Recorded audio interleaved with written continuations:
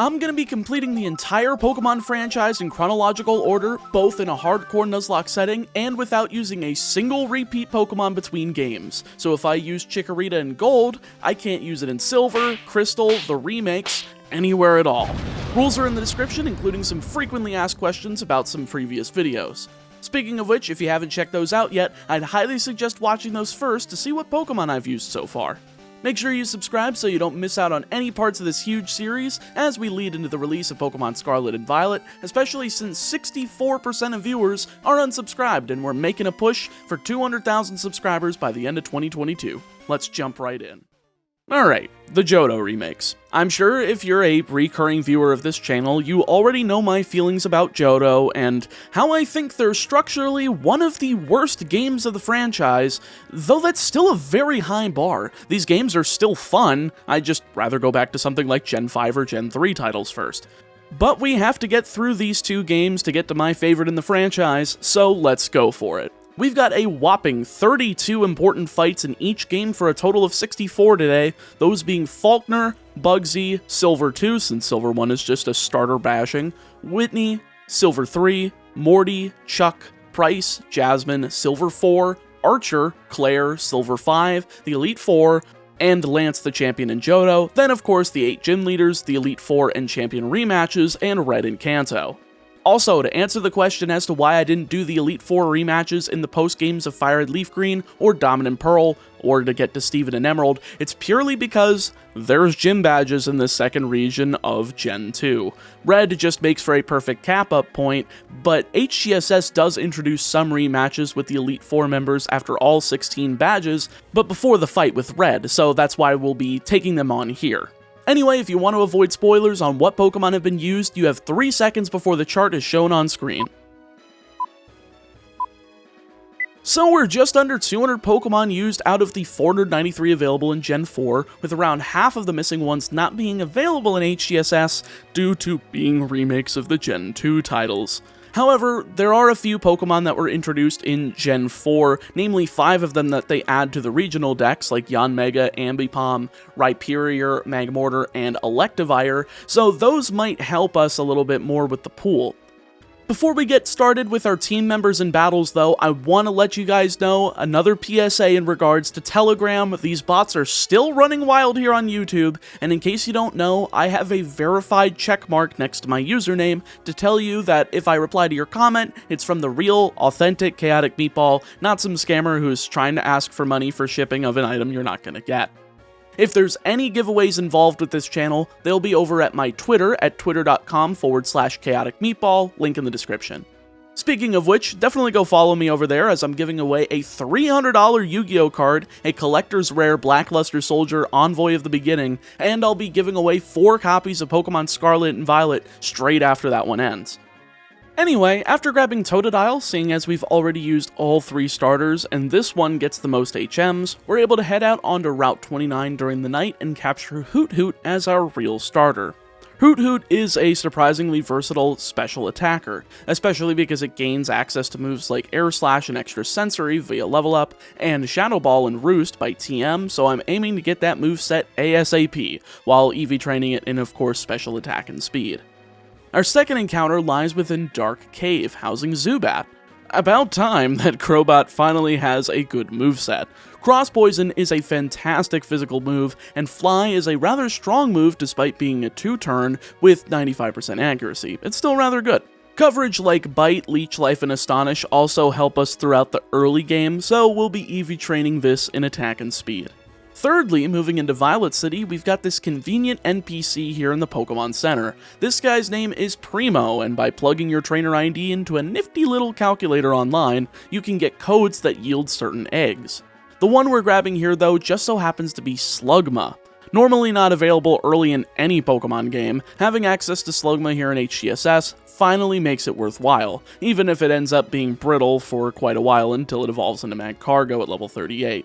Slugma's also going to be getting a bit of a weird EV distribution, as I'm aiming to max out special attack at 252 points, but then split defense and special defense at around 160 and 96 respectively. I was initially going to split these two down the middle with 128 in each, but once I realized Slugma had a perfect 31 IV in special defense, I figured that I'd have some extra investment into defense to make up for the lower IV. Fourth and final encounter before we get to Falkner is on Route 32. The patch of grass here houses Mareep. Now I know what you're thinking, wait a second, Meatball. Didn't you already use Flaffy and Ampharos in Colosseum? And the answer is yes, but the fact is that we don't have to evolve Mareep. I've used my fair share of unevolved Pokemon in my challenge runs. What's one more to add while on a team of eventually fully evolved and powerful Pokemon? Plus, this thing kinda poops on Falkner pretty easily. He leads off with Pidgey as I go with Zubat, using Bite to do half damage before swapping into Hoot Hoot, using Growl, then swapping into Mareep to finish it off with Thundershock, though that sand attack might do a little bit of trouble. So here I kinda changed my strategy, going into Hoot Hoot when he brings in Pidgeotto, so that I can use Hypnosis, putting it to sleep while resetting Mareep's accuracy, then swapping back in as Pidgeotto wakes up a turn after my Thirst Thundershock lands, using Tackle and paralyzing himself thanks to Mareep's static ability. From there, it's one more Thundershock to KO and win the fight. Simple and easy, as to be expected with the first gym leader of any game. So, moving on down to Route 32 after the gym, I can head into the Pokemon Center before the Union Cave to find myself the Old Rod.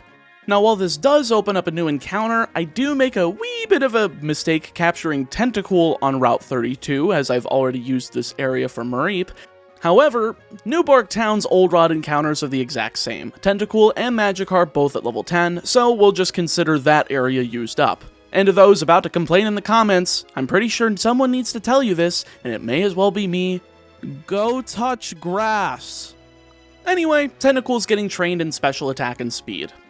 After helping Kurt storm the Slowpoke well, we can move into Bugsy's gym, a piece of cake in terms of difficulty if you ask me. I'm starting with Mareep here as it's the most expendable member of my team, so I go for Thundershock hoping to hit his lead Scyther, though he does outspeed and land U-turn. Despite doing massive damage, it also paralyzes him thanks to the static ability, and that's probably the best thing I could have ever asked for, as Metapod comes in and gets hit with Thundershock, paralyzing her as well. From here, I can just bring in all my Pokemon in so that they get a wee bit of experience, ending on Slugma so that everybody levels up except for her, then absolutely annihilating Scyther with Rock Throw and 2 Embers, taking a few quick attacks before KOing and leaving just Kakuna. I don't have much HP left here though, so I swap into Zubat, take a Poison Sting, and KO with Wing Attack to win the fight. 2 down, a bajillion to go. Silver's first real fight is right before Ilex Forest here in Azalea Town, with him starting Ghastly as we go Zubat.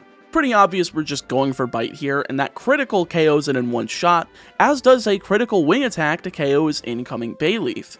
Last out is his own Zubat, whom I use Wing Attack on to get into red HP, then he misses Supersonic, and well, so much for doing damage against me there, dipshit. Clearly you don't know what you're doing. Moving on through Ilex Forest gives me access to the NPC who teaches Headbutt, as this is the key to my next encounter. However, I'm gonna wait until we get through Goldenrod City first, as that is the home of the Johto region's Game Corner and Department Store, so we're able to load up on some TMs here while also getting the radio card, sending Whitney back to her gym in the process. Now we can't take on that Miltank just yet, we do need that one more team member. Over in Azalea Town, I can grab Apom off of the trees here, a very strong and fast physical attacker that yields return as a stab move, while also getting coverage like Shadow Claw, U-turn, Dig, so many different moves. This thing is going to be a house once it evolves into Ambipom. Lastly, one NPC I want to highlight in the Goldenrod department store is on the 6th floor, as they have a lottery that costs $300 to enter, with prizes like TMs, special Pokeballs, and most importantly, berries. We'll be getting the berry pots shortly in order to get more of these things, but for now we can get a few for that slight edge against Whitney. She leads with a Clefairy as I go with Apom, and bam, return one-shot, easy. And Miltank, return, half damage, return, miss the range because of course I do. That's what we do here, best at House Meatball. In the meantime though, I just trade Milk Drink with return over and over again, hoping that I can hit enough high rolls to eventually KO, but you can tell that my luck with ranges is somehow abysmal every single time I attack. Eventually, she runs out and uses Stomp, letting her get into the red HP for a super potion, heal locking herself and allowing 2 more returns to finally finish this fight. At least it was not as painful as it could have been, because without Apom, I was looking at a very messy situation. Moving ahead with the Squirt Bottle, I'm able to grab myself Sudowoodo on Route 36. Of course, this is a one-time encounter, and I'm not sure if I'm going to use it yet, so if I do, I may as well just grab it and leave it in the box in case the need arises. Just beyond is Ecruteak City, housing the Burned Tower, which is the home of our next rival fight. However, we can do some major improvements to the team beforehand. Firstly, getting Confusion on Hoot Hoot and evolving it into Noctowl, getting the TM for Surf from the Ecruteak Dance Theater for Tentacool, and evolving Zubat fully into Crobat. Now that is what I like to see. That is progression. Anywho, Bum's here and leading off with his Ghastly again, but with Crobat, this is even more of a joke as Bite one-shots. Then Magnemite tries to come in to snipe me down, though I just swap into Mareep, dodge both of his status moves, and KO with 2 Thunderbolts. Thank you, Goldenrod City, for that one. Bayleaf's out third, and Thunder Wave's able to paralyze him instantly, allowing for Crobat to enter and clean house with Wing Attack, nearly KOing in one shot as Bayleaf sets up Reflect, KOing with the second as his own Zubat goes down to 2 Wing Attacks, thanks to said Reflect protecting him, winning me the fight. Downstairs we go, and to never see you again, you rascals. I have no interest in using legendaries for any other games in this series, as Coliseum and XD were exceptions because bosses used legendaries, but even with the case of the latter's final boss having 4 of them, I still didn't need one. Bragging aside though, Morty's just south of Tilted Towers inside the gym, and Crobat Go Burr wins the fight single-handedly, including a critical bite on his Gengar to ensure it goes down in one shot, as do his Ghastly and 2 Haunter.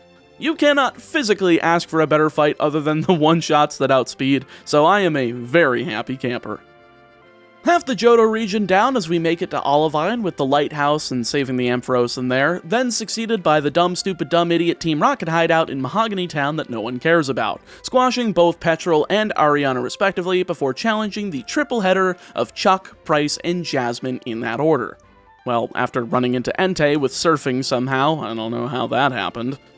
Anyway, Chuck has 2 Pokemon, first being Primeape, who dies to Apom's return, then Poliwrath, who doesn't, only taking half, but since its only fighting type move is Focus Punch, I don't care.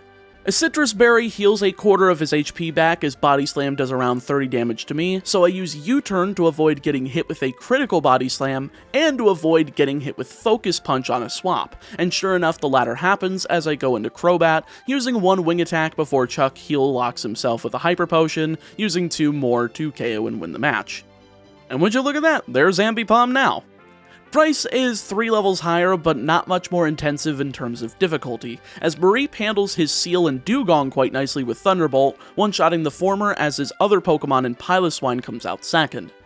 Here I can swap into Crobat to blank the ground-type Mud Bomb, then use Protect to ensure he's going for Blizzard, then go into my newly evolved Tentacruel, so we can both resist Blizzard and hit for super effective damage with Surf, though of course we missed a ranged KO. Whoever decided a move wasn't always a set amount of damage and instead had other variables that I can't influence? Just know that it would be great to have your head as a prize on my wall. Violence aside, he's able to land a Mud Bomb following setting up Hail, not doing too much due to Tentacruel's special defense, and allowing her to KO with a second Surf, leaving just Dugong.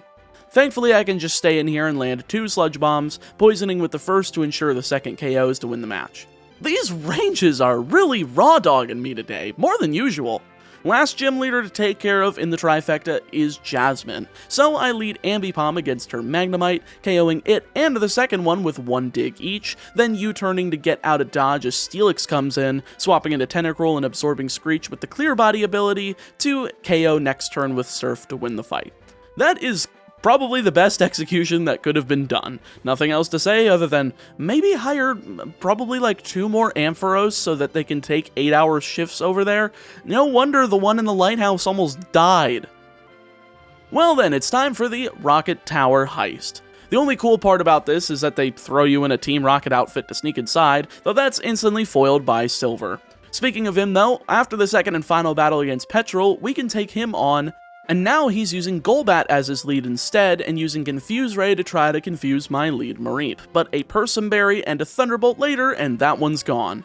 Second out is Meganium, and the only attacking move he has is Petal Dance, so I swap into Crobat, then use Fly while he's locked into KO without the risk of Reflect, leading to Magnemite.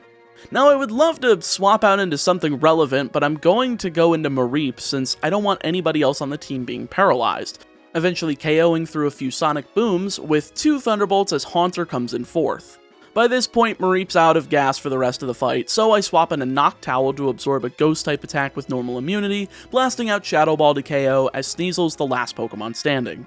I risk staying in on an Ice Punch, but for some reason it goes for Feint Attack instead, taking half from my Air Slash beforehand, but I don't want to risk it again with 2/3 HP. So I swap in a Tentacruel, take another Feint Attack, and KO with Surf next turn after outspeeding to win the fight.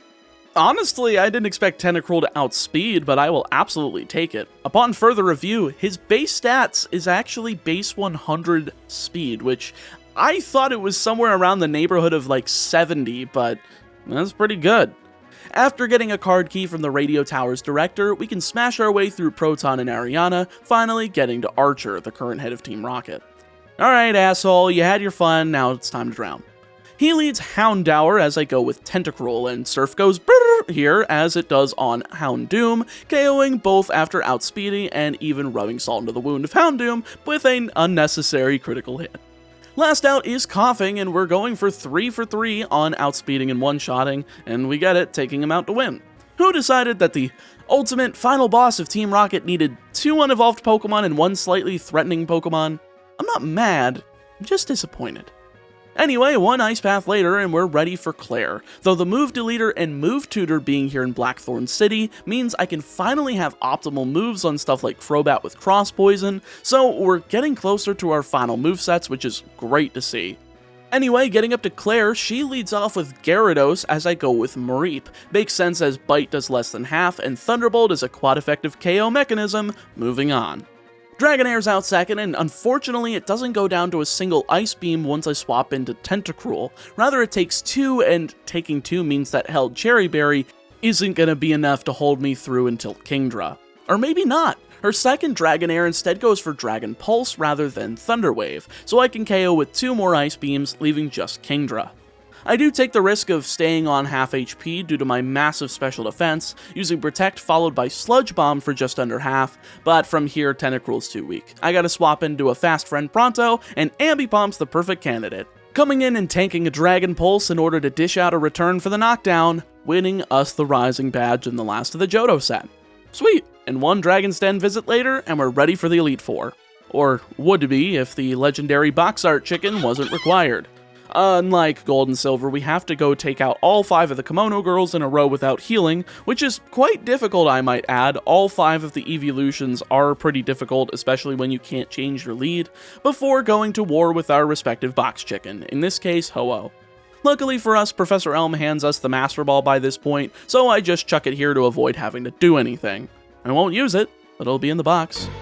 He's just standing there, menacingly! I don't know how I've managed to get this much mileage out of SpongeBob jokes in this series, they just keep coming up. After all of the dumb Kanto stuff, we're able to hit the end of Victory Road, housing our last required rival battle of the game. He's once again not hard. He's got Sneasel in the lead this time around, going down to Ambipomp's return after being outsped, as does his Golbat out second. Third out is Meganium, so I go U-turn, hitting for a critical hit and a one-shot. That's probably the first time I've ever seen U-turn one-shot, but I go into Crobat, and sure enough, that baits Kadabra, something I can easily outspeed and KO with a one-shot of Bite, leading to Magneton. I don't have a good ground type to take care of this, but after using Noctowl to absorb the paralysis from Thunder Wave, I can swap into Ambipom and fire off Dig to KO, leaving just Haunter. I haven't yet taught Ambipom the TM for Shadow Claw since I've needed Strength, so I've got to use U-turn to get out of dodge, going back into Crobat so that Bite can finish this fight off. Whew, alright, no more HM users in the party, I can bring Mareep back into the fold and begin this league after some small preparations. Will is first in line, going with Xatu first as I go with Noctowl, immediately rubbing some salt into some wounds with an unnecessary critical Shadow Ball to Xatu to KO. Second out is Jinx, and we're 2 for 2 in terms of salt, as Shadow Ball crits to KO as well, though that might have been needed because Jinx's special defense is rather high. Third out is Executor, and no crit necessary here, just an Air Slash. Fourth is Slowbro, and Shadow Ball does wonders, though I'm expecting him to use Amnesia here to put a stop to it. However, he is dumb and goes for Curse, so I'm able to get a free 2-shot with Shadow Ball, leaving just Xatu number 2, who manages to survive a Shadow Ball, using its held Citrus Berry to get back to half HP and fire off a Confuse Ray. But since I'm still at full HP, I figured why not? Let's see if we can beat the fight damageless, and sure enough, we bust through Confusion for the turn to outspeed and KO with a second Shadow Ball. Sorry, Willy boy, you're just gonna have to wait for the rematch to see if you do any better. Second in the lineup is Koga, leading off with Ariados as we go with Magcargo, the perfect counter for this fight in fact. Ariados kicks off with a light Giga Drain, doing literally a dozen damage as Flamethrower gets a one-shot, as it does on Forretress while he lays a layers of Toxic Spikes down. Not even a problem, as once I bring in Tentacruel, these will go away instantly. Third out is Venomoth, missing with Supersonic as Flamethrower burns the bug to a crisp, leading to Muck. Now's where we swap in a Tentacruel, absorbing those toxic spikes and laying down the law with Surf because Minimize will add up quick along with Black Sludge. His attack, Gunk Shot, as well as a very strong 120 base power poison move, so having something that resists in the active spot should keep us safe. We finally get on a second Surf by the time Black Sludge heals him out of full restore range, hitting a third and final one to KO and leave just Crobat while I have the perfect move to out him, Ice Beam. This move is unfortunately just shy of a one-shot, but the Citrus Berry pulls him out once again from full restore range, wasting a double team and going down to Ice Beam next turn to win me the fight. I just want to reiterate, a Tentacruel outsped a Crobat. Base 100 versus base 130, ladies and gentlemen. Dumbfoundedness aside, third up on the docket is Bruno, and having a special attacking flying type and Noctowl is pretty perfect here. Air Slash manages to get one-shots on Hitmontop after hitting Quick Attack, and Hitmonchan before Onix comes out third, using Rock Slide but connecting on Tentacruel instead. Too bad you're not fast enough to Earthquake, as Surf hits that quad weakness to KO and lead into Machamp. I keep Tentacruel in here to dish out a Surf for just shy of half damage, taking a Revenge that does some good, decent damage, but since I'm expecting another one, I swap so I don't take that double damage, and he somehow predicts my swap into Noctowl and goes for Rock Slide. Unfortunately, bringing him down to 5 HP, he is not dead, but he's hanging on by a thread, making it safe to go for Air Slash next turn to KO. Fourth out is Hitmonlee, and I know this thing has god-awful defenses, but I don't want to risk that speed. So I swap into Crobat, take a Blaze Kick, then go for Fly as he goes for Swagger, missing and going down the following turn. Oh, we're rubbing salt into the wound on Bruno too? Well then I guess the bag of salt from Sinnoh didn't get spilled overboard on our trip back to Johto. One more member before the champion in Karen, and despite her name, she's not really a bitch. She's actually a good level of difficulty. Not too heavy-handed with degenerate stall tactics, but not just ignoring the best attributes of her team. Speaking of that team, she leads with Umbreon as I go with my biggest hitter Ambipom in the hopes that I can get this thing down before double teams and Confuse Ray become too much to handle. I use Return, outspeeding and doing exactly half as Confuse Ray lands, being negated thanks to a Person Berry. But you know how this goes by now. Miss the range with the second, see a double team, full restore afterwards. Then after a third return lands, she opts to swap into Gengar after seeing my patterns, so I use U-turn to get the heck out of dodge, going into Noctowl, though on second thought I should have gone Crobat to purely resist Focus Blast. Unfortunately, I don't get the KO with the Shadow Ball following a Spite, so I'm stuck here trying to outplay her Destiny Bond shenanigans, finally doing so after swapping back into Ambipom on a Spite to hit with Shadow Claw for the KO. Third out is Houndoom, and Dig is perfect for this. Super effective damage, but it barely misses the KO, allowing for the Citrus Berry to trigger as she uses Nasty Plot. Well, that's probably the best thing that could have happened right now, is I can just click Return, and whether or not she uses a full restore, in this case she doesn't, I KO in either 1 or 2 shots. Fourth out is Vileplume, and after delivering a return, Stun Spore comes down and basically means Ambipom's out, but I haven't taken much damage yet, so I use U-turn to finish it off, going into Mareep as Murkrow comes in last. Thankfully, Feint Attack manages to paralyze him with the static ability, though I don't think it really matters as Thunderbolt gets the one-shot, leaving just the half HP Umbreon. I don't have many options to swap into, but Tentacruel being at full HP still sounds pretty good. Surf doesn't quite KO from this range though, so I'm forced into taking a few more Feint Attacks than I wanted to as a full restore comes down. From here, it's just 2 Sludge Bombs and a Surf through a Payback to KO, finally winning the fight. And to think we're getting usage out of Mareep in the league, it's actually comical. I could have replaced this thing long ago with something like Corsola or Chinchou, something useful, but nope, just little old Mareep trucking along like a champ. Speaking of being a champ, she's taking one for the team as I'm leading her against the champion and his Gyarados. Makes sense, of course, but we narrowly avoid the one-shot with Waterfall, not flinching either, and delivering that sweet Thunderbolt one-shot. Alright, you've done all you've needed to this run, Mareep. As much as I want to go Deathless, I'm gonna sack you off to have a clean swap into Tentacruel on this Dragonite to hit with quad effective damage. But of course, it's another goddamn range. Outrage lands and leaves Tentacruel on 6 HP. No, this is bullshit. How many times can this happen? No, fuck you. I'm going back to Yu-Gi-Oh! So we're booting up a match against our favorite deck, Blue Eyes White Dragon. Everybody remembers that card from the anime, right? Well, we're going in with a bunch of small birds. How are we supposed to do anything? Well, going first is a good start, so we'll kick off our turn with a Pot of Extravagance, banishing 6 cards from our extra deck to draw 2 cards. Pot of Greed needed some form of restriction or else it'd be too good. Next, we'll activate Pot of Duality, looking at the top 3 cards of the deck and finding a little bird. Yeah, we were about to lose if we did not find Rabina. We'll normal summon Rabina and activate its effect to search for a level 4 or lower winged beast monster, in this case Eaglin. Then immediately after that effect resolves, we normal summon again, this time with the Eaglin we just added, adding a level 7 or higher winged beast monster from our deck to our hand, and we'll take the second copy of Empen. Hey, you know what I nicknamed Empoleon after in the last video now? We'll tribute our 2 little birds for Big Bird Empen here to add the spell card Floowandereeze and the Unexplored Winds, which lets us tribute our opponent's cards when we want to tribute summon. Very powerful removal for a deck that tribute summons once, twice, or even 3 times in a turn if you're high rolling. We're also able to chain block it with Rabina's effect in the banish pile to add it back to hand, so that Empen can't be negated by something like an Ash Blossom and Joyous Spring. From there, we'll set the trap Floowandereeze and the Dreaming Town, which will let us normal summon during our opponent's main phase, and do that whole combo again. Simple, right? Yu-Gi-Oh! Hasn't gone too far off the beaten path. Our opponent will kick off with a trade-in, discarding Blue Eyes White Dragon to draw 2 cards before activating Rage with Eyes of Blue, which banishes all cards from their hand, field, and graveyard face down to special summon as many Blue Eyes White Dragons from the deck as they want, up to 3. Since they've already pitched one and banished it face down for the effect of Rage, they can only special summon 2. We'll chain Maxi here, which will let us draw a card every time our opponent special summons, this one being counted as 1, but it's very powerful still, and honestly should be banned.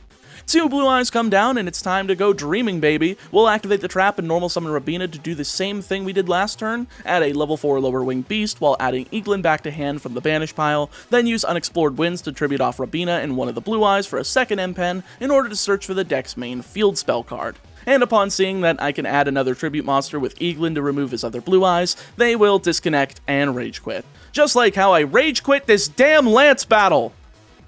Well, I guess I've lost enough viewers by this point. Let's get back to that, shall we?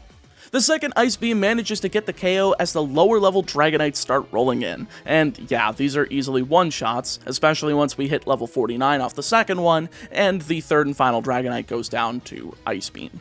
Fit that is Aerodactyl, and as much as I'd love to stay in and hit it with Surf, I know Aerodactyl outspeeds us at this point. So I swap into Magcargo, forgetting that Rock does not in fact resist Rock, but he in fact goes for Thunderfang, so that's fine, but Rock Slide manages to nearly KO us, so whoopsie, let's not make that stupid mistake again.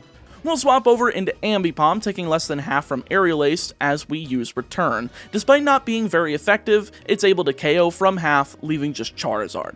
I'm going to go ahead and U-turn out of dodge for some minimal damage, swapping into Crobat and taking less than half from Air Slash, though I won't be sticking around for long. I'll hit Confuse Ray, getting Charizard to hit itself, then swap into my final full HP Pokemon in Noctowl, taking an Air Slash for about a third. Now it is just Air Slash Wars. It is just Air Slash Wars, and he opts to not continue that fight, and instead go for Fire Fang, doing about a third again. Well then, I guess we need to use Roost to outpace this damage, and outpace we shall. He goes for several Fire Fangs in a row, and as I continue to Roost to full HP, basically with me hoping he'll miss a Fire Fang since it's 95% accurate, and I'll be able to sneak in an Air Slash to KO. But once I do, it is a range. Dude, what the hell? I am going to go crazy. I mean, You guys see me playing into every single critical hit imaginable because I am very salty, especially when I was actually playing it. Why don't those ever happen?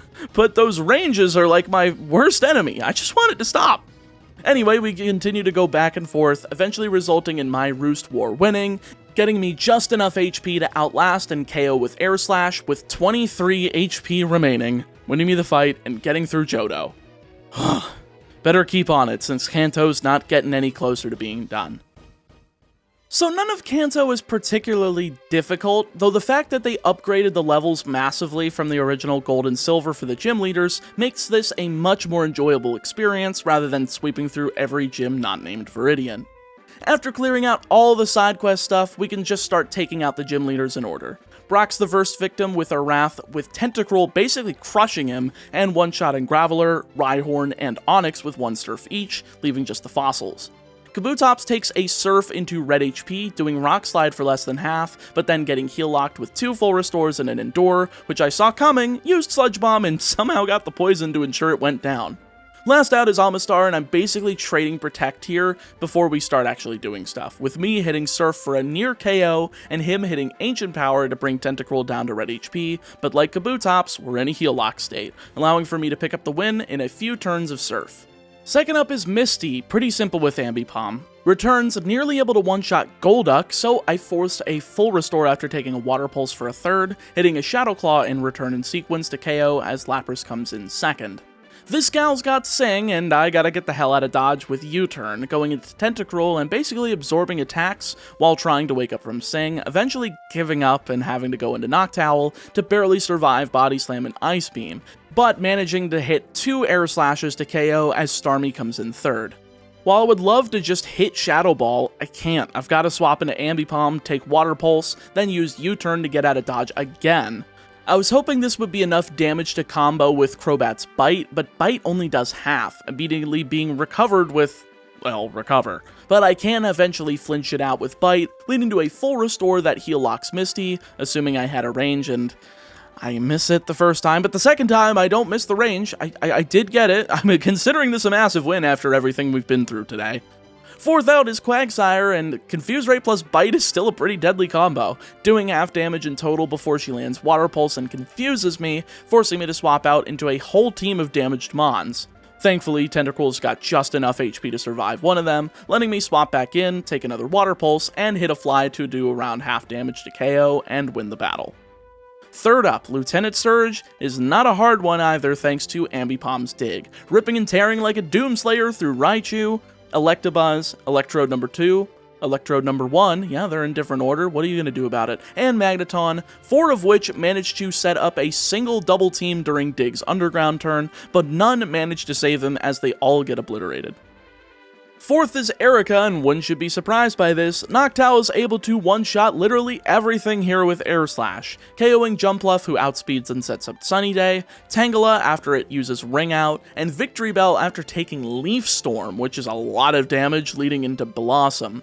I have a feeling it'll outspeed again, so I'm unafraid of taking Solar Beam with Crobat instead, so I swap and hit 2 Cross Poisons to hurt 2 Solar Beams to KO and win. Not quite all Noctowl, because it kept getting outsped, but close enough. Fifth up, Janine, as the replacement for Koga, has probably the lowest level team in Kanto, starting with Crobat and going down to 3 returns from Ambipom, after a Confuse Ray is negated by a Person Berry, and we work our way through a full restore. Second is Weezing, hitting a Sludge Bomb and poisoning after return brings her into the red, so I use another return to KO, then U-turn to get out of dodge from Venomoth, going into Crobat and taking Sludge Bomb for a third before firing off Fly to get a knockout. Fourth is Ariados, another bug type gets splat by a flying bat, as does the second Ariados, slicing right through the 5th and final Pokemon to win me the fight. 5 down, 3 to go as Sabrina's up 6th, and her team is brittle. So brittle that Ambipom's able to come in and just one-shot everything with return, taking out Espeon, Mr. Mime, and Alakazam to win. Blaine's up next and is another leader with only 3 Pokemon, but a little higher level as Tentacruel comes in here and wrecks shop with Surf, KOing Magcargo, Magmar, and Magmadash. You know, just trying to keep with the naming convention, now that actually sounds like it could be a sick Pokemon design. Blue is the last gym leader over in Viridian City, and he leads off with Executor as I go with Noctowl, trying to repeat the same magic as I did with Will, and doing so with Air Slash, KOing in one shot as Rhydon enters second. Of course, I gotta swap away from the rock type, seeing Stone Edge on Tentacruel, which does massive damage, but of course we outspeed and hit Surf to KO, so no problem, we got the job done. Machamp's out third, so I go for Protect to see what he's inclined to go for, this being Stone Edge, which is a little rough. I was hoping he would go for Earthquake. I swap for Ambipom, and now he goes for Earthquake. I guess I should have risked it on Crobat. Here at least I can go for U-turn, as he'll likely go for a fighting type move now, going back into Tentacruel so I can survive Dynamic Punch.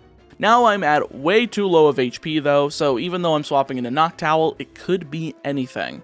Thankfully it's just Thunder Punch, doing around 75% damage as Air Slash can connect next turn to KO. Boy, only having 5 members on this team is rough, especially when Gyarados comes in 4th. Really should have just sucked it up and added the Sudowoodo to the team, or maybe searched for Lantern. Thankfully, I can bring in Crobat and take Waterfall for less than half, though Dragon Dance might eliminate Crobat here, especially with Ice Fang. But we survive on 1 HP! Holy guacamole! Cross Poison's able to get a 2-shot here while we survive on 1 HP after a full restore, leading to Arcanine. Now, he's got extreme speed, so we can't stay in. So we'll swap for Magcargo, and our last full HP Pokemon is out on the board. Thankfully, she's got Yawn and Recover, so we can basically outlast Arcanine even through critical hits. After he's put to sleep, I start to work on him with Ancient Power, doing half with the first, then KOing with the second as he stays asleep. Perfect. All that's left is Pidgeot, a perfect Pokemon for Magcargo to slam in with Ancient Power. It does over half, though a Citrus Berry prevents us from being able to take a 2-hit KO, though actually it's more the Whirlwind that takes us out of the battle, bringing in Noctowl, though I suppose this is a free chance to go for Roost and see if he does less than half. Unfortunately, that is a no-go. Return does over half, but not enough to KO, so I bring back in Magcargo and start going for Recover again through Return and Air Slash to get back to full before hitting another Ancient Power. But this manages to get both a critical and a completely useless Omni Boost, winning me the 16th and final gym badge in Pokemon HeartGold. Half a dozen fights remain between me and Pokemon SoulSilver, so let's get it done.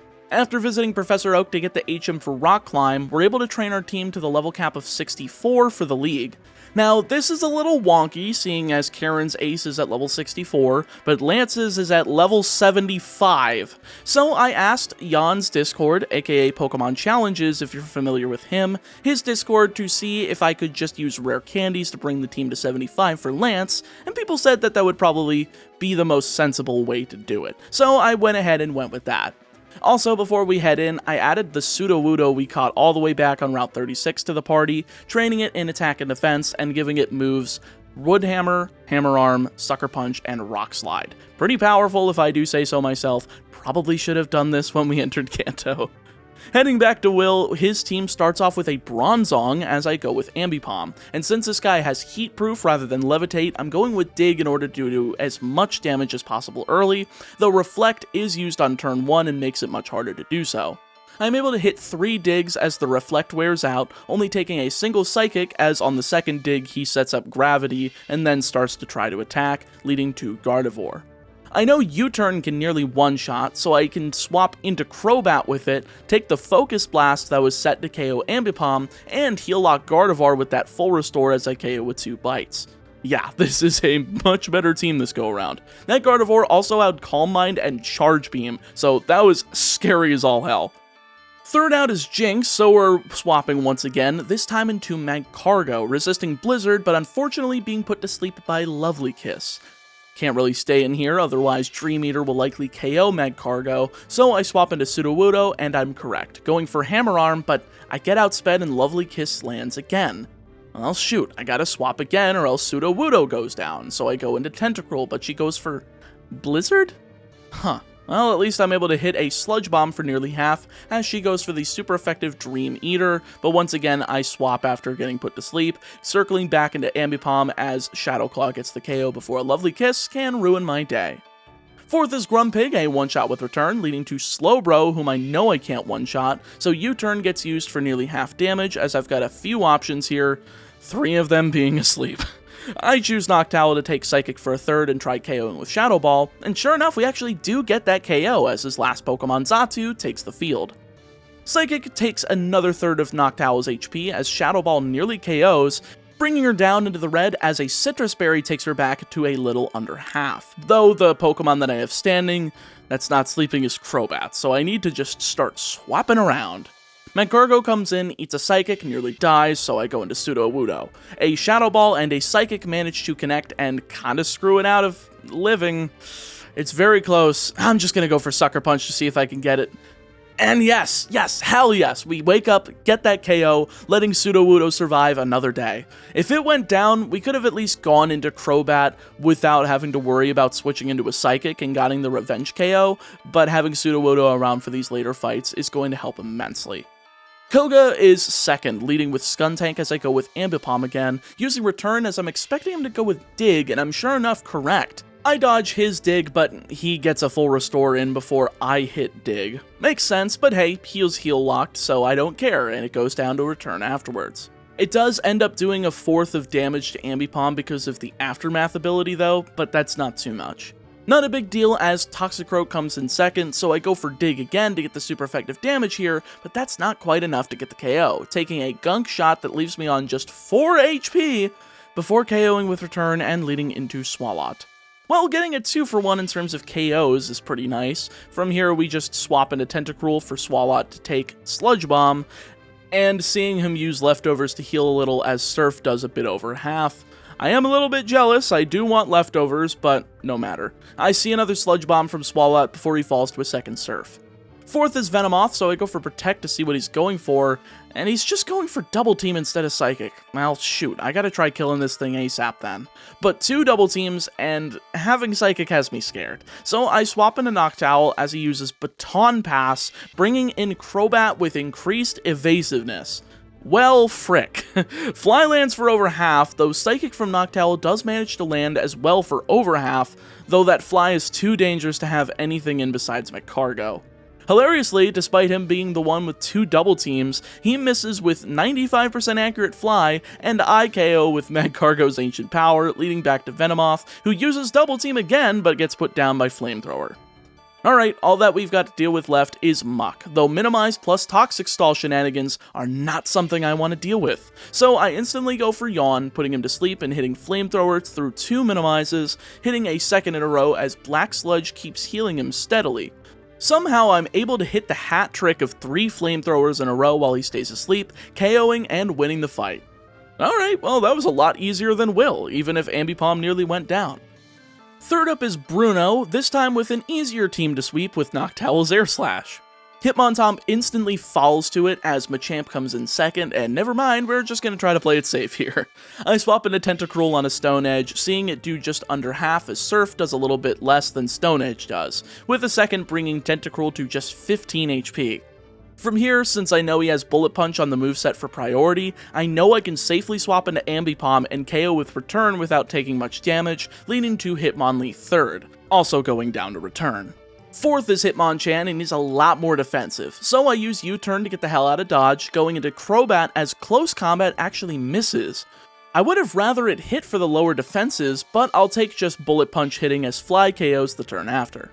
2 more to go, Lucario's 5th, so I go for Confuse Ray, doing a little pretty strategy that I actually came up with on the spot after contemplating a bit.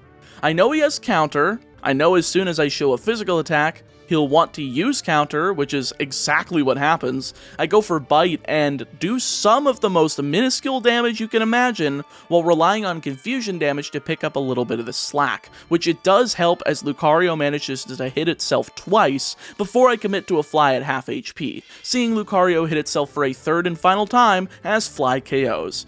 Big brain strats, let me tell ya, followed by incredibly small brain strats as I go for Confuse Ray on Hariyama following up. I know he doesn't have a Rock-type move, so I go for Confuse Ray, immediately followed by him damaging himself, but as I go up for Fly, he gets out of it turn 2. Worrying as I come down for Fly, but I didn't realize as I would just KO from that high of HP. I figured Hariyama would have been a lucky bastard and survived on minuscule red HP, but I will surely take it. Alright, last of the elite is Karen, starting Weavile as I go with Sudowoodo, and oddly enough, Sudowoodo is not very heavy, so despite Low Kick being super effective, it barely does anything as Hammer Arm gets the quad effective KO. Second out is Absol, landing Night Slash to bring her down to just over half, as Hammer Arm once again KOs, leading to Houndoom. Now I know Sudowoodo cannot take special attacks worth of crap, so I swap into Tentacruel to take around a quarter from Dark Pulse, KOing with Surf as Haunchcrow enters 4th.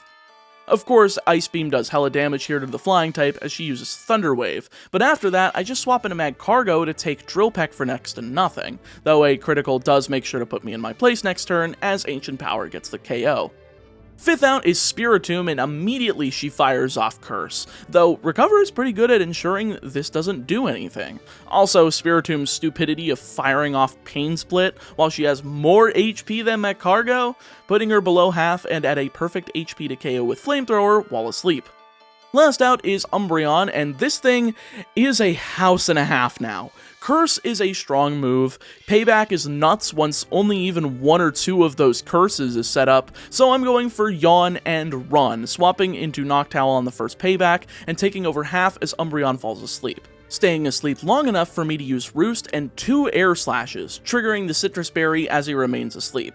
Sadly though, the third Air Slash misses as Payback finally can hit for massive damage, bringing Noctowl down into the red. All good though, we can just swap into Ambipom to fire off a return, finally rubbing salt into the wound again with a totally unnecessary crit to end the fight. Whew, 4 rematches and we're still somehow without a loss during the league, and after getting everybody to level 75 with some candies, we're ready for Lance. His team is insanely cool, starting Salamence as I go with Tentacruel, outspeeding and KOing in one shot with Ice Beam as he replaces it with Garchomp. Yeah, these are some houses of Pokemon, though Garchomp's still slower than Tentacruel, so he falls to Ice Beam just as well. Gyarados is out third, and I'm once again wishing that we had Mareep, especially since Ice Beam only does a little over a third as Thunder Wave lands. Well, I think I can bring in Ambipom, take a Waterfall, and KO on the Crackback with return, and yeah, that does prove to be the case, taking Waterfall for just a hair under half and doing so. Fourth out is Altaria, and I know this thing is a defender, not an attacker from experience of using it, so I can safely go for return and see Perish Song as the second return lands to KO next turn. Well sure, I'll take a free KO. Fifth out is Dragonite, and we can just U-turn out of here, bringing back in Tentacruel to hopefully fire off that Ice Beam again, taking both Fire Blast and a Draco Meteor before we do so, and honestly, I'm surprised that Draco Meteor only did half. I figured even with this high of special defense, it would have at least brought Tentacruel into the red.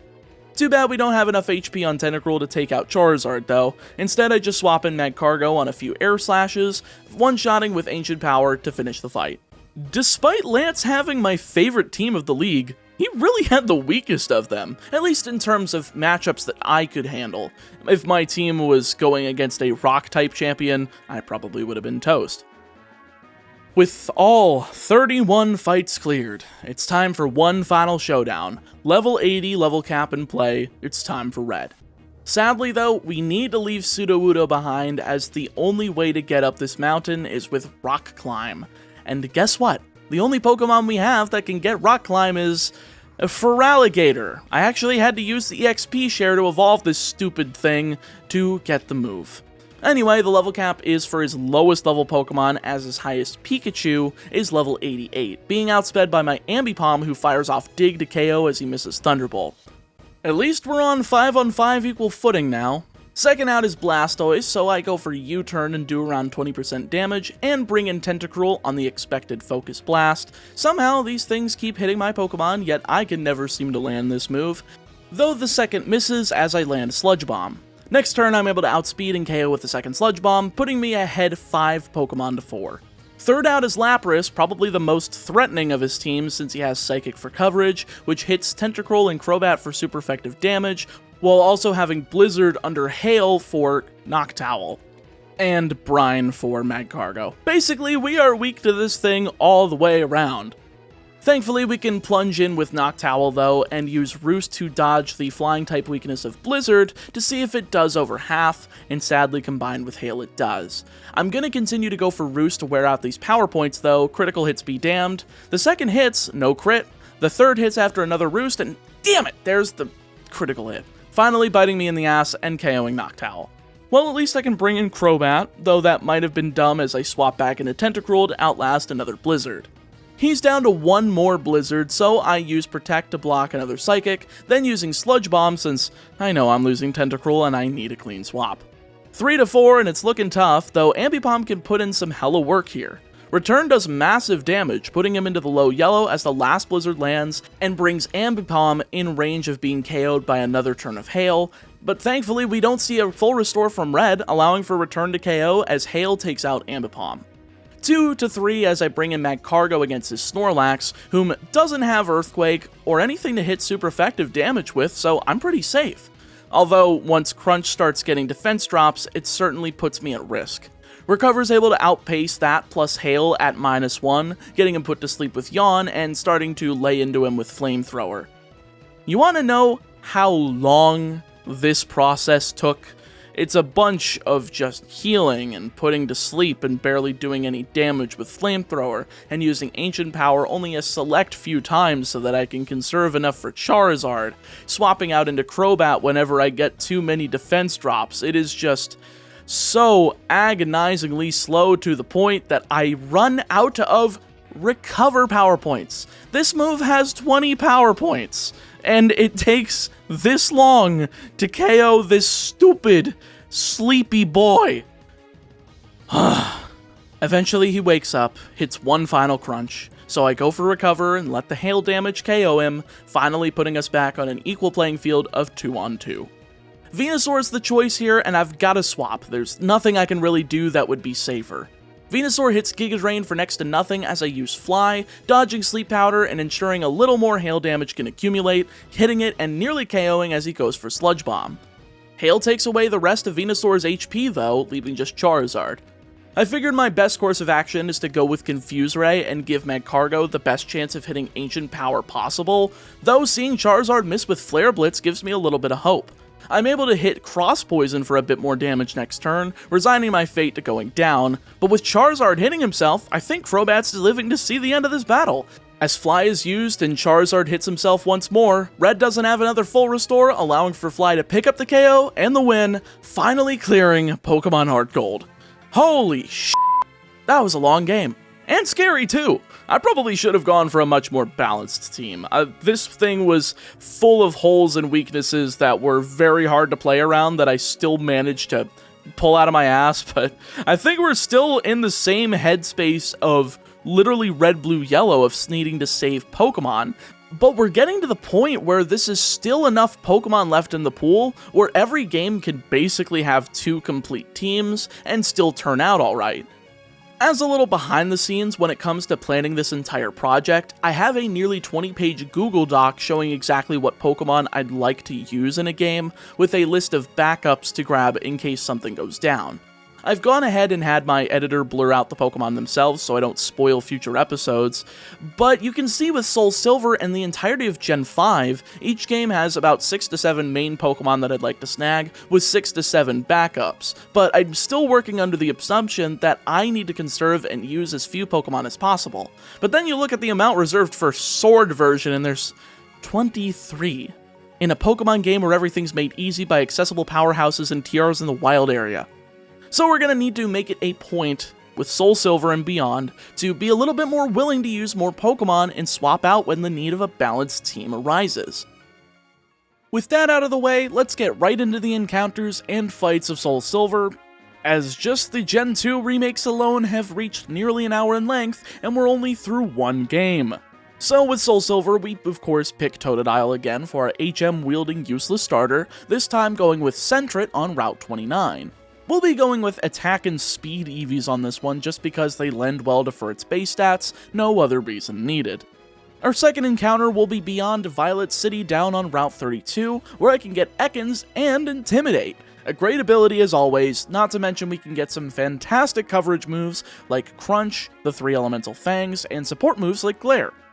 Lastly, I'm grabbing Ghastly from the Sprout Tower during the night. Despite doubling up on poison types this early, I feel that this is the most effective time we can use Gengar, as Gen 5 doesn't really have a spot for it. Kalos already has Delphox, Greninja, the Guaranteed Lapras, and a few others as great special attackers. The Hoenn remakes get to run encounters throughout like Beautifly, Gorobus, Manectric, Gardevoir, and so on and so forth. With 3 encounters in hand though, it's Faulkner time. I'm leading Sentret against Pidgey since I can easily KO this with 2 quick attacks, leading into Pidgeotto, using Intimidate from a swap into Ekans to lower his astronomical attack at this point in the game while also paralyzing with Glare, though we do take quite a bit of damage from Tackle and Gust in the meantime. We finally end on Ghastly for a curse that'll eventually KO with the help of Sentret once we swap back in. I was kind of hoping for a tackle on that attack going into Ghastly, but instead we got Gust, but it didn't really matter in the grand scheme of things. After taking out Proton, it's straight to Bugsy, with Scyther being the lead against Ekans, whom stays in and uses Focus Energy as I use Bite and flinch her over and over again, including some paralysis from Glare, getting to the point where she doesn't hit a single move and goes down to just a bunch of bites, leaving Metapod to do the same after some flinching, as does Kakuna after a single flinch to win me the fight damageless. My goodness, thank you, Bite. That was absolutely bonkers and had me audibly laughing while playing. Our rival straight after is rather easy, taking out the mirrored Ghastly with 2 licks before Zubat comes in and tries using Confuse Ray. But once we pivot out into Firered, it's a rather easy teardown. Just 2 quick attacks after a missed Supersonic KOs Zubat, leaving just Bayleaf. This is a Pokemon that of course Ghastly just hard walls and disregards thanks to Nightshade, KOing in 3 shots, though Razor Leaf did a lot more damage than I thought it would. I guess resistance doesn't do enough when you have paper-thin defenses. With Headbutt in hand over in the Ilex Forest, though, we can travel back to Cherry Grove City and go to town on this tree next to the Pokemart to eventually find Execute. Now this gal is perfect for both stalling with Reflect and Leech Seed, while also dealing out immense damage with Solar Beam and Psychic eventually, so why not add her to the team? The type's unique after all. With the radio card in hand, though, we can challenge Whitney, and Ghastly with Thunderbolt is just a house in this fight, being immune to everything that Clefairy and Miltank can throw at me. Or so you'd think. Now, Clefairy, not a threat. I can Thunderbolt and KO no problem, but Miltank has the Scrappy ability, meaning normal type moves can connect with a ghost type no problem. So I get out of there and go into Ekans for Intimidate, and do that a few more times, swapping between Firered, taking a critical stomp, but getting enough Intimidates in to where I can get into Execute, eventually landing a Leech Seed after 3 flinches from Stomp, and from here I just gotta hit Stun Spore twice to get through a Lumberry, then just set up Reflect as many times as needed before hitting the finishing touch of a Solar Beam. Of course, I managed to get through a Super Potion before all of that happens, but I guess Milk Drink keeps her alive past our first Solar Beam. We do manage to hit the second one though to KO, ending the fight at full HP. Execute is already putting in great work, as trying to get through Whitney without a fighting type like Machop to one-shot everything tends to be rather difficult. Moving up into Route 35 ends up yielding Yanma, an encounter that thankfully can evolve in the base games as the regional dex has been expanded to 256 Pokemon rather than 251 in the originals. Yanmega should eventually be a great add, especially since we can give her Silverwind from the Goldenrod department store, as well as Shadow Ball once we beat Morty, as Ghastly will get it by level up after Chuck's level cap, so there's no need to waste it just a few levels early, but it will be rather useless before it evolves, because Yanma is just not good. Our last encounter for now is a little bit of a process. Of course, we meet Bill in Ecruteak City, but by traveling down to Goldenrod, we can talk to him again, grab his Eevee, then get a Firestone from the Pokeathlon to evolve it into Flareon. Sheesh. I'm surprised how versatile and available all of these evolutions are. After all, the only ones we haven't used are Glaceon and Sylveon, which the latter isn't even available till Gen 6. Oh, and I grab a Leaf Stone for Executor as well, as we don't need a new move until we get to the move relearner. Anyway, rival battle in the Burn Tower, and since Ekans evolved into Arbok, this is just a solo affair. Crunch for Ghastly takes it out in one shot, Bayleaf is hardwalled by Arbok, hitting Glare and eventually KOing with a myriad of Poison Stings and Headbutts through all 5 of his used Synthesis. Third is Zubat, a one-shot with Headbutt, with Magnemite being the last out. We both paralyze each other, so instead of making it a purely solo affair, I swap out into Flareon and get hit with Supersonic. Well, that kinda sucks, but I guess I'll risk it since it's not like I have a bunch of other options in the party, thankfully breaking through and KOing with Flamethrower to win the fight. Almost halfway through Johto at this point with Morty standing on our way, but not for very long as Arbok tears through the team with Crunch, one-shotting all but Gengar, but just barely as he wastes his one and only turn with Mean Look, eventually going down and doing 0 damage to my team. Sweet! Now for the triple header of gym battles. Before we do that though, we gotta grab the good rod from Olivine City as we're replacing Firered. Yeah, I know, replacing team members. Insanity, in fact. But Chinchou is a pretty good reason to. Ice Beam, Thunderbolt, and Surf, all on a special attacker. I cannot ask for more.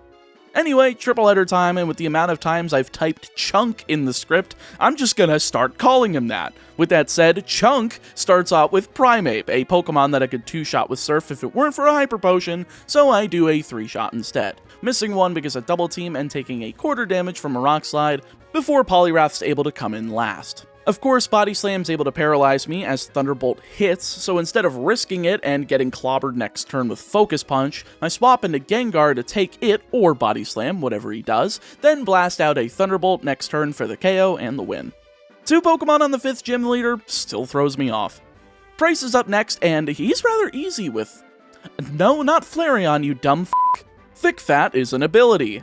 Ah yes, Lantern. Thunderbolt for Seal, Surf for Piloswine, and Thunderbolt for Dugong, easy as pie. Jasmine is just as easy with Lantern as well, as 3 Surfs for the 2 Magnemites and the 1 Steelix managed to pull her down to the depths of Water Hell as well. Oh, the radio tower's under attack? Yeah, I don't give a shit. Clears our next target, and of course, Lantern has Ice Beam. However, we need some moves from the move relearner before we fight her. Firstly, Arbok getting Ice Fang from the Dragonairs, and Fire Fang for beating the grass types that I should be beating with a Poison type move, but don't have because Poison Stink sucks. Though I guess Ice Fang already does that job and I really didn't need it, so I guess Steel types? And Confusion for Executor to finally give it an attack to hit the secondary stab. Alright, now it's Claire time.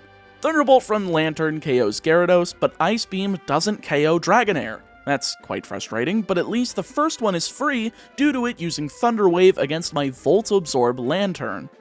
Third out is Kingdra, and I get rather lucky with Paralysis from Thunderbolt on my first turn against it, keeping it held hostage for the turn, then KOing with 2 more following a Dragon Pulse, doing a little over a third. By the way, now that I'm noticing this in post, I could have totally died to a critical there because Kingdra has the ability Sniper, which makes critical hits do 3 times as much damage instead of just double. Anyway, the last Dragonair does go down in 3 Ice Beams like the first did, though it does land a Dragon Pulse for some light damage, but not enough for a critical hit to have KO'd. Sweet! 8 badges down, let's get to the Elite Four. Of course, with this dipshit standing in the way. Very comical that you could name old rivals dumb names like this. Anyway, I'm starting Arbok against this team, and he's rather trivial to take down with him. Fire Fang for Sneasel, I guess I found the reasoning behind this move choice. Ice Fang for Kadabra because I forgot where Crunch was on my moveset. Fire Fang for Meganium, whiffing the flinch and unfortunately needing 3 to KO through Reflect, as Magneton comes out 4th. We do get the flinch on this one with Fire Fang, but due to Reflect, after the second one we get paralyzed, though I do manage to pull through that and get the 3-shot KO, leading to Haunter. Now with Confuse Ray coming down, I'm not staying in with Parafusion, I'm swapping. I finally take a chance on Yanmega, blasting out Shadow Ball to clean house on Haunter, leaving just Golbat who goes down to 2 Ancient Powers, with Yanmega surviving an Air Cutter on more than half, so we played around the critical. Not that it matters, since we know that ranges are the devil, not criticals. Nothing much more needs to be said other than I'm kicking the league's ass. Will's first, and wouldn't you know, the Pokemon with high special attack, speed, and a super effective stab move is able to one-shot every single one of them. And before you ask, I checked the calc on Slowbro, it would have one-shot KO'd even without the critical hit. Oh, and I guess Sludge Bomb for Executor for PowerPoint Preservation. I keep wanting to say PowerPoint Presentation, Jesus Christ. Anyway, second up, Koga and Flareon cleans house here rather as well, as Fire Fang KOs Ariados and Dig nearly one-shots Muck, though Minimize does start getting in the way after a full restore. Return hits for over half, but Gunk Shot nearly KOs Flareon, so I swap into Gengar, and even here we're taking about a 4th from a move that's resisted. Doesn't help that he hits 3 in a row with it being 70% accuracy. It's like hitting 3 Focus Blasts in a row, and I don't know a single goddamn human that's done that, but I'm able to KO it with Shadow Ball as Venomoth comes out 3rd. I swap out into Lantern to take it out with 2 Surfs, leading to Fortress, which I'm expecting Explosion here, so I swap into Gengar to Blanket, but he doesn't go for that. Instead, he just attacks with something else, with him swapping into Crobat next turn as I go for Thunderbolt, one-shotting upon switch in and forcing him into having no win condition with Fortress, KOing with 2 more Thunderbolts to win the fight. Bruno is, well, Bruno, and with fighting types, it's no wonder Gengar comes in again. Shadow Ball and Thunderbolt KOs Hitmontop after he whiffs a Dig thanks to Levitate, you're a dumbass by the way, then back-to-back criticals with Sludge Bomb and Thunderbolt manage to KO Hitmonlee and Hitmonchan respectively, leading to Onix, who's outsped and destroyed by a Shadow Ball thanks to his lack of special defense. Last out is Machamp, who cannot KO with a critical hit from Rock Slide, so I can just Sludge Bomb him, getting the poison to basically mitigate the recovery off the Citrus Berry, then KO with a follow-up Shadow Ball to win the battle. Now, Karen is where things start getting a little more strategy-oriented and not Unga Bunga. She leads with Umbreon as I go with Yanmega, 2-shotting with Silver Wind through Double Team, easy enough, but her second Pokemon in Murkrow I gotta be a little bit prepared for. Though I didn't expect her to go for Sucker Punch, I should have thought that though because of Speed Boost, but Ancient Power does get the one-shot as Houndoom comes in third. Now I'm not worried at all, though I was expecting Flamethrower for the super effective damage rather than Nasty Plot, since I just go into Flareon to try to blanket with Flash Fire. However, I just stay in and go for Dig, outspeeding as she uses it again, getting to +4, but I KO next turn and avoid that triple power Dark Pulse, with Gengar coming out fourth. I was half expecting a Destiny Bond here, so I used Bite to ensure I didn't KO, but got it rather low. Then swapped into Arbok as she healed with a full restore, using Crunch next turn in the attempt to outspeed and KO, but I miss it just barely. Didn't expect Crunch to do less damage than Bite. All good though, as the move she instead uses is Focus Blast, missing and allowing for me to KO with the second Crunch, leading to Vileplume. Well, I guess Focus Blast is the only move that misses all the time, apparently Gunk Shot doesn't. Alright, anyway, we're able to use a Fire Fang here and get some pretty good usage out of it as a critical hit takes her down in one shot to nail me the win. Lance is all that we have to worry about before Kanto now, so let's kick his ass too. Gengar starts off against his Gyarados, KOing with Thunderbolt in one shot as Aerodactyl comes out second, also going down to Thunderbolt as Charizard comes in third. Now Thunderbolt doesn't KO, though Shadow Claw could have easily plowed through my Gengar with a critical hit. Thankfully it does not, allowing for a full restore to be used, followed by 2 Thunderbolts to KO Charizard, and leave just his 3 Dragonites.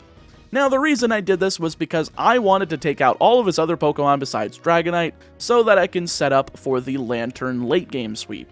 I pivoted to Arbok to Intimidate, then to Executor to set up Reflect since I needed to remain alive with Lantern, and KO with Ice Beam since it's not a one-shot on the level 50, however, it is on both level 49 Dragonites. After KOing the level 50, I nail both in sequence to KO and win the fight. Phew, that could have gone really poorly, though I've got about 7 other choices of Pokemon to replace Gengar if I really needed to.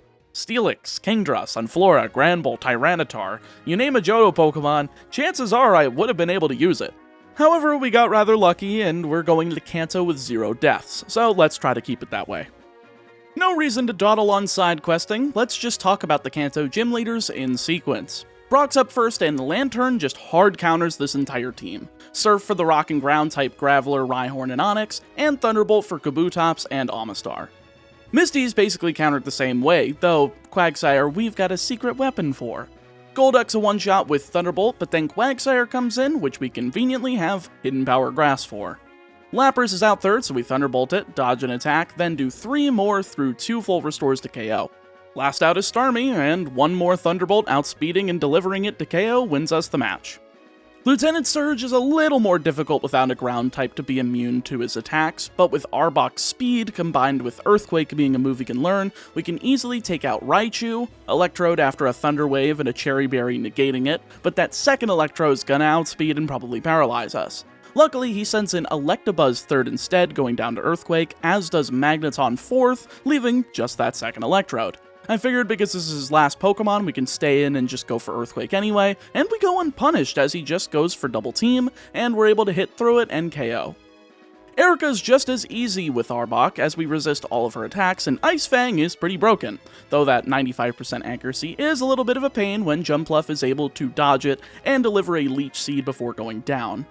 Second out is Victory Bell, so I swap into Gengar to see a sunny day, and of course get out a Leech Seed, before taking Leaf Storm, a massively powerful move that I resist but still take almost half damage from. Could have survived a critical hit, but we're probably fine after the special attack drop. So I go in with Shadow Ball galore, knocking one of those full restores out of her inventory before taking a second Leaf Storm, following up with Shadow Ball to KO.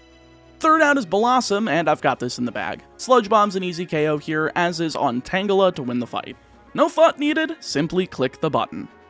Janine's fifth, and once again outed by Arbok resisting her attacks, while also being able to Ice Fang her lead Crobat once a Person Berry gets rid of Confusion off of a Confuse Ray. Wing Attack does a wee bit of damage, but not enough for me to be deterred, as Ariados comes in second. 2 Earthquakes does the trick through a Scary Face, but with Venomoth coming out third, I take the chance to swap into Flareon, taking a double team, and, well, Fire Fang's 95% accuracy, but we're actually able to hit and with a critical nonetheless, so it's out of here. Fourth is Wheezing, 2 returns is all she wrote, leaving just Ariados number 2 to fall to a Fire Fang to win the fight. Finally, about time Flareon does something well. Sixth up, Sabrina. Surely you know how this goes. In Gengar, Shadow Ball times 3, KOs Espeon, Mr. Mime, and Alakazam to win. Moving on. Actually, I guess Sabrina got so mad that we won so quickly that she made us all disappear.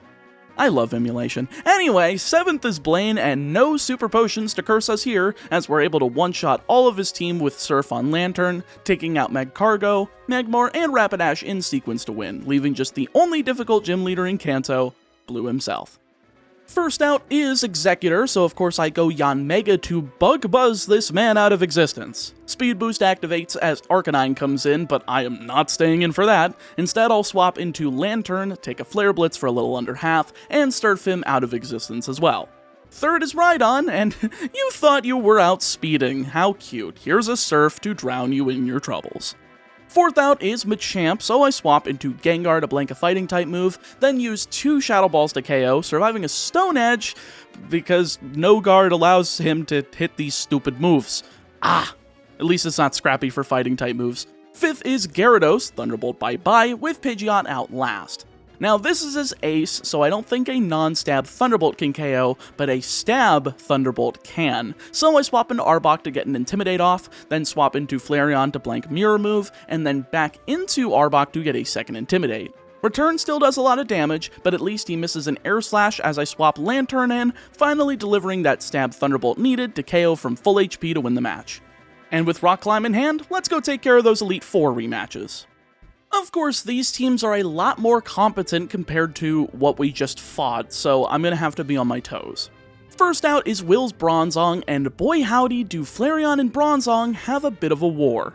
Fire Fang hits turn 1, and despite Heat Proof being a thing, I wanted to see if it would go for Gravity or Reflect first. A little awkwardly though, I get the flinch and nothing happens, so I go for Dig, hoping for Gravity first, but Reflect goes off, and I hit Dig next turn to get him into the red.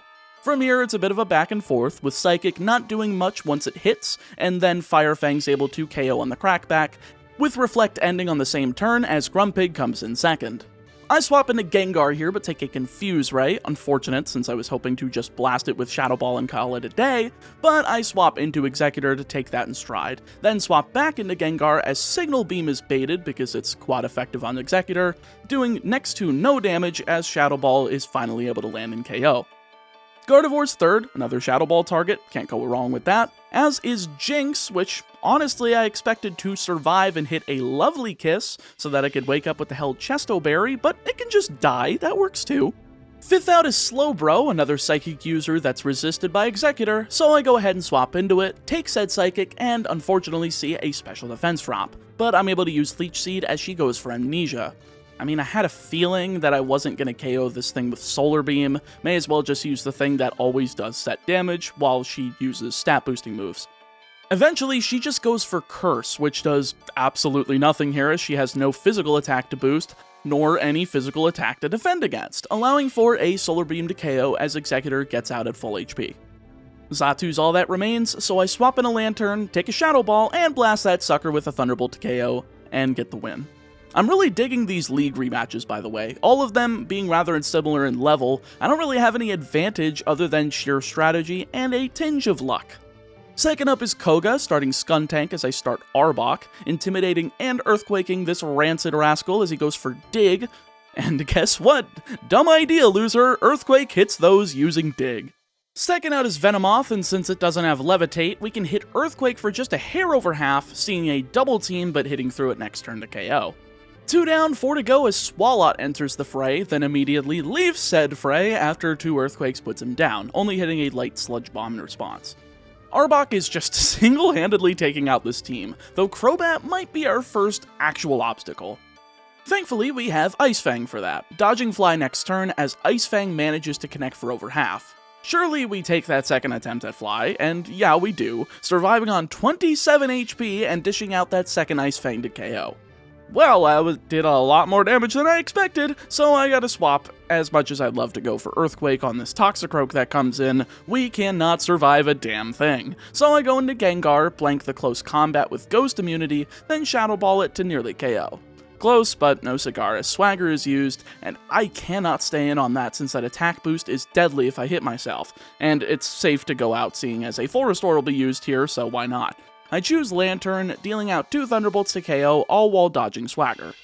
Last out is Muck, and while this guy has nothing he can do against Gengar, I'd rather just get this done quickly, so I go for a Surf and Thunderbolt combo, unfortunately missing the KO and barely missing even the full restore range as he sets up a Minimize and a Swagger, forcing me to swap into a Toxic that can't do anything to Gengar because of the poison typing. With that Minimize up though, it's a bit of a luck of the draw, but Shadow Ball does connect to KO and win me the fight. Good, because I was not about to deal with accuracy and evasiveness shenanigans. Not today. Bruno's third, and Bruno's Bruno, as we say around here. Yanmega's a pretty effective out to these fighting types, though, as Air Slash is able to rip through Hitmontop, Hitmonlee, and Machamp all with one-shots as Lucario finally comes in fourth, and due to that Steel typing, is neutral to Air Slash. I decide to stay in though since I could potentially get that flinch, psych, it has Inner Focus, so I'm able to take an Iron Tail that brings me down to 59 HP. All good though, with this much speed I can get hit by extreme speed. Well, we do survive on 1 HP because I will never be punished ever, not in a million years. 2 roosts later and we're back to full HP, and now it's kind of just a war of waiting for Iron Tail to miss so that I don't have to risk anything. Sure, I die to a crit, but I'm already in this deep, and sure enough, we get the miss before the critical, nailing that Air Slash to KO as the rest of his team falls. Hitmonchan to Air Slash after taking a light Bullet Punch, and Hariyama to Air Slash because, dear lord, that special defense is f***ing mid. Base 60 ain't doing anything around here. Last member of the Elite Four is Karen, and this one's probably the wonkiest fight yet. Weavile has Ice Punch. I've got a Yanmega that's weak to Ice Punch, but also super effective against Dark, but is unfortunately just slightly slower. But by waiting 1 turn and using Roost, I can now outspeed the Weavile, going for Bug Buzz and getting the KO with minimal damage total. Sure, I could have taken an Ice Shard, but I would have survived. Second out is Honchkrow, and I can't survive a Drill Peck, so I swap in a Lantern, take a third, then KO with Thunderbolt as Spiritomb is out third. I've gotta say, this thing is so freaking annoying every single time I fight it. Except this time, as Surf manages to take her below half HP, and Curse damage is able to KO it from there. Good stuff! Fourth out is Umbreon, and I've got a single turn that I can use to hit it with Surf before Curse starts stacking up, and the other Curse starts stacking up. Both the damage and Umbreon's stats are going to be going here, and I don't have enough HP to survive another turn. So I swap into Yanmega to use Bug Buzz, fortunately KOing after taking a payback. Houndoom's out 5th and is immediately stunned by the swap into Flareon, blanking the Flamethrower and boosting the power of Fire Fang, then using Dark Pulse as they go for Dig, fortunately not flinching beforehand. I'm able to KO next turn after a nasty plot is used, so no need to worry about that boosted attack. All that's left is Absol, and I suppose it would be only sensible to swap into Arbok to get that Intimidate drop, then into Executor expecting Psycho Cut. Sure enough, that happens, and we're able to set up Reflect and Leech Seed as she goes for Detect twice. The first on Reflect, which does activate, but the second doesn't as Leech Seed connects. Comical, really. I wasn't even expecting to be able to pull that off. But I suppose I may as well just sit here and KO Absol with Solar Beam, since it's not like Night Slash does jack all with Intimidate and Reflect holding her down. Sure enough, after a Perish Song, Solar Beam rains down and KOs Absol. winning me the final match before our second bout with Lance. Or 4th if we count HeartGold. Or 7th if we include the fights from the original Gen 2 games. And geez, I guess we could include the 2 from the Firered and Leaf Green games. And then the 3 from the originals, and holy shit, we fought Lance 11 times before this. This is 12. That is just too much, and we're gonna have to do it 2 more times once we get to Let's Go. Anyway, as you'd expect, Arbok and Lantern with Ice Fang and Ice Beam respectively help make this fight a lot easier, with Gengar and Lantern's Thunderbolt being able to cover Gyarados and Charizard. Though it's not as simple as click the buttons and watch the HP bars go down. Instead, it's starting with Arbok against the Intimidate Salamence to get our own Intimidate in, then swap into Executor as Dragon Claw does minimal damage. Flamethrower's of course coming out here, but this is the only shot I have to get Reflect set up, giving me enough wiggle room in terms of damage to bring in Lantern and just start going to town. Flamethrower hits Lantern for minimal damage upon switch in, allowing for Ice Beam to hit next turn for the one-shot KO. Second out is Garchomp, and this is exactly why we need to Reflect, as we outspeed and hit Ice Beam to KO in one shot. Alright, who decided to let this guy go for Roar? I could have sworn Garchomp would have outsped here, but I guess he was prioritizing Roar. Oh well, I'll take my free win. Third out is Dragonite, and he, like last time, barely survives Ice Beam and lands Draco Meteor for massive damage, though not enough as 2 more Ice Beams manage to fell him through a full restore. Half the team down have to go in 3 turns no less, as Charizard goes down to Thunderbolt, Altaria goes down to Ice Beam, and Gyarados falls to a Thunderbolt to win the fight, leaving just the bout with Red.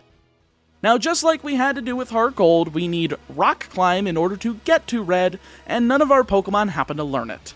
Now I could go and use the trade in Violet City for Onix, then use the Metal Coat we got on the SS Aqua to get Steelix, therefore not using Onix in battle, because it learns Rock Climb and our hard walls a few of Red's team members. But nah, I'm just gonna go in with 5 team members because I'm crazy, and because I have a little bit of a strategy that I think is gonna work. Firstly, we're feeding Flareon to Pikachu. Why is that? It's because we have a Focus Sash from our mom, using it to set up Sunny Day and eliminate the threat of Hail and 100% accurate Blizzard from the rest of the fight. Since Pikachu has Quick Attack though, we swap into Gengar to Blanket, KO it with Shadow Ball to put us equal on 5-on-5 action. Second out is Lapras, and I'm expecting Psychic because of the poison typing, so I swap into Lantern, take the Psychic, but unfortunately see a special defense drop. All good though, as 2 Thunderbolts should still clear him out, though Blizzard's 70% accuracy does pull through, doing about half of Lantern's remaining HP before a full restore locks him in place, allowing for 2 more Thunderbolts to KO. 4-5, still sitting pretty, though with 2 heavily damaged Pokemon, we might be in it for the long haul. Third out is Venusaur, and honestly I'm not sure which is the better option, Arbok or Gengar. We resist everything, but I think Gengar, because I want to keep it completely healthy, so I go for Arbok instead, using Ice Fang and getting a critical to bring Venusaur into the red as Sludge Bomb brings us to just over half HP. 1 more Ice Fang's able to follow up past that second Sludge Bomb, KOing and leading to Snorlax, which I'm just going to snack Arbok here, because the goal for me is to poison with Poison Jab and just fall, but even 2 Poison Jabs doesn't get the job done as Crunch lands twice to take him down. All good though, this should still be enough HP for me to bring in Flareon and capitalize on the surprisingly low physical defense of Snorlax and KO with Return. Fifth out is Blastoise, and Flareon is just not going to be useful for the rest of this fight, so I may as well see if I can land something, or force a recovery turn with Hydro Cannon, but nah, we just see a Flash Cannon. It connects and KOs instantly. All good though, as we get a free swap at a Lantern, hitting Thunderbolt to nearly KO, and paralyze Blastoise as he misses with Focus Blast. Well then, I will certainly take that. A few more Thunderbolts through 2 more full restores finally is enough to put the big boy down, leaving just Charizard. Now all I have to do is use Surf, and if that doesn't KO, just bring in Gengar to KO with Thunderbolt. Though, oddly enough, we have a balance of both happening, as Lantern hits Surf, doesn't KO, but then Charizard KOs both itself and Lantern with Flare Blitz, winning me the fight without a Pokemon on the field.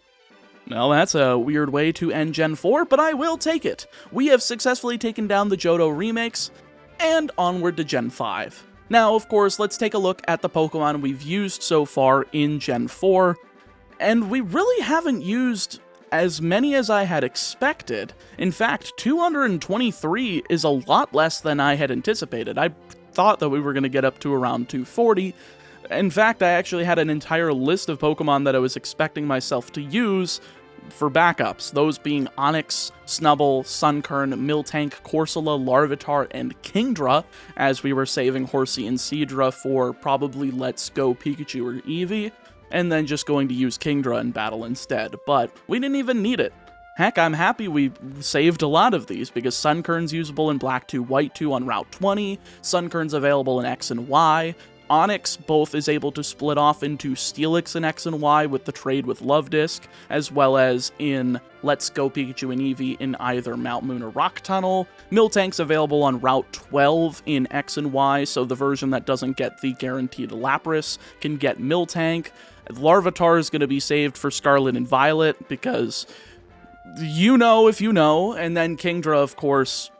It really doesn't help that I have to eventually grab Horsey or Seadra in order to evolve it, but I just won't use it in battle. I'll use the XP share or something. With all that being said, though, I hope you guys enjoyed the last part of Gen 4, and I hope that you are looking forward to Gen 5, because those are my favorite games in the series, and I'm really looking forward to playing through them again, because it's been a little while. Anyway, with that being said, thank you guys for watching once again. Stay safe, stay healthy, and I'll see you next time.